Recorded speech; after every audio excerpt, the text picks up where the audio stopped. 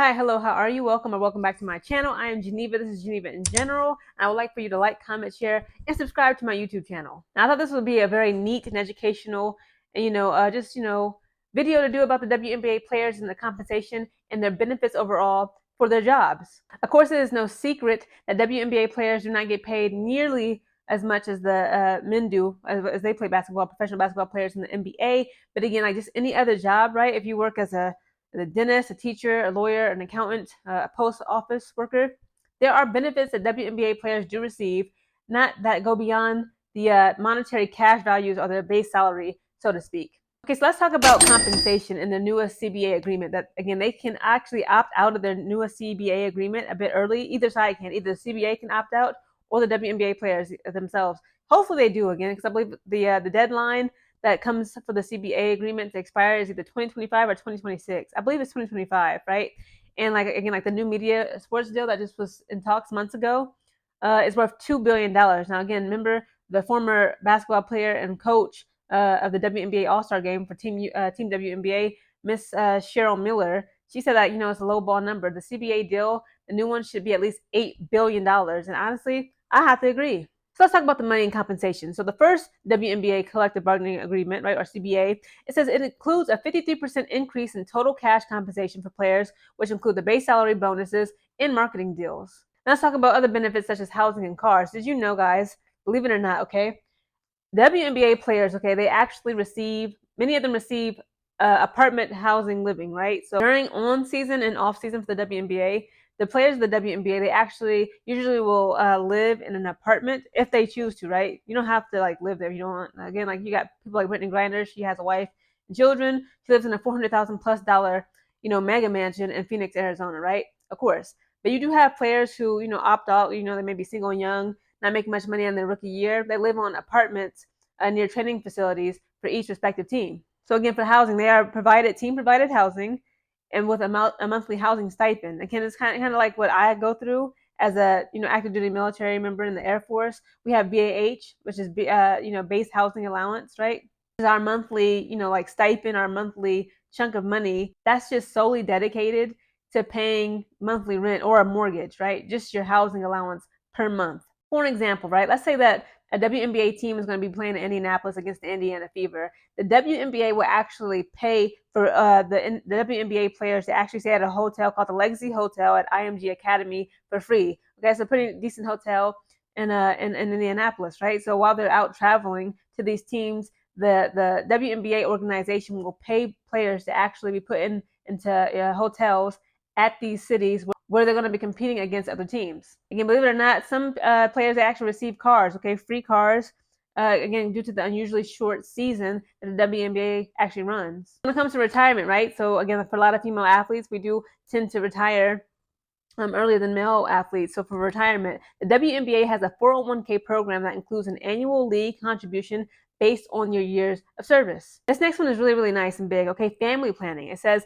players who have played for 8 years or more receive a $20,000 benefit for family planning services like adoption and egg freezing, and also IUI, IVF, reciprocal IVF. So, again, lesbian, bisexual women, also heterosexual women, right, who want to opt out and get like fertility treatments. The WNBA actually has a plan in place for family planning. Dental coverage. So it says players receive dental benefits if the premiums don't exceed 5% more than the previous season's premiums. So again, everybody got to keep those pearly whites, nice and healthy, pretty and shiny. And, they actually get coverage for dental care. Another major benefit that WNBA players receive is maternity care and benefits, right? So it says the WNBA offers a number of benefits for players who are pregnant or have children, including full pay. So players will receive their full salary while on maternity leave, but the length of leave is negotiated individually. It says for child care, players with children under 13 can receive up to $5,000 per year for child care. Lodging, players with children under 13 are provided with a 2-bedroom apartment during the season. And fertility treatments, again, veteran players who have played, again, you must be a veteran player. You have to have been in the league for 8+ years, right? It says veteran players who have played 8 or more seasons can receive up to $20,000 per year for fertility treatments, which include adoption, surrogacy, or egg freezing. Nursing spaces, as players are given access to secluded, comfortable, and protected spaces for nursing at arenas. And then breast milk storage, players have access to refrigerators for storing breast milk. Also, charter flights. So players receive charter flights. The WNBA also works with partners to improve access to maternal health care, including Southern Birth Justice Network. It says this network helps improve access to doula and midwifery care. And then Black Mamas Matter Alliance. This is really nice. This is really good. It says it helps Black mothers and birthing people advocate for maternal health rights and justices. So again, these are all the benefits that the WNBA players are actually able to receive and take advantage of. I believe these are great benefits. And again, a lot of it we have to give credit to Miss Kathy Engelbert, okay, the current WNBA commissioner. Again, like she has, she's the one who implemented the maternity care, IVF, housing, housing stipends, things of this nature, cars, to make sure that the players are actually able to live somewhat comfortably. Because again, like the WNBA players, like years ago, the rookie season, like you would be making like $44,000. Like a teacher makes more than that, right? Okay, it was something crazy, but again, it's been a salary increase. Now you're seeing rookies make at least 65,000 and up. And again, hopefully that they come together as one. The WNBA players, they actually negotiate. They fall out of the current CBA agreement. That's kind of lowballed them at $2 billion for the next year, and they should get their media agreements up. But again, there's a lot of legalities in this. Okay, the NBA actually sold their media rights, right? That's where a lot of the money comes in. Advertisements, right? Advertisements, commercials, Gatorade bottles, things like that.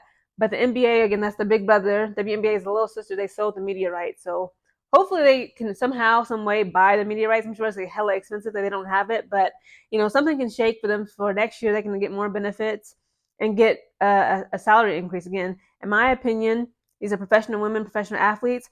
I would, agree to giving them at least a rookie season, rookie year. You need to earn at least $1 million cash per year. Again, that's just me. I'm sure a lot of people don't agree with that. They say, hey, you know what? They're not making any, turnover when it comes to finances and, money, money. They're not turning over dimes. And I understand that. But again, there are many ways they can actually receive and generate revenue, right? That comes with generating interest. And what that means, owning the media rights to actually capitalize off of advertisements and sponsorships such as Gatorade, Nike, Adidas, Allstate, Geico.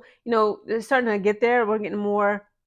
I mean, the ladies of the WNBA and as an organization as a whole, you're starting to see more of them, featured in commercials and advertisements and partnerships.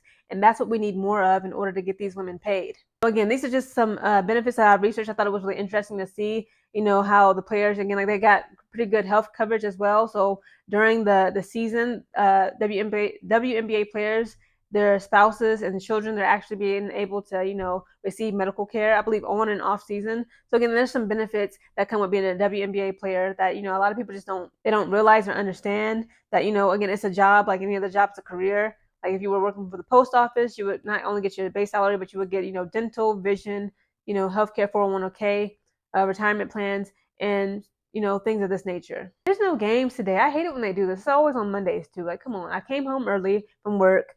I need to watch a game. But tomorrow we have like 5 games coming on, guys. So again, stay tuned. I'll report to y'all in the next video.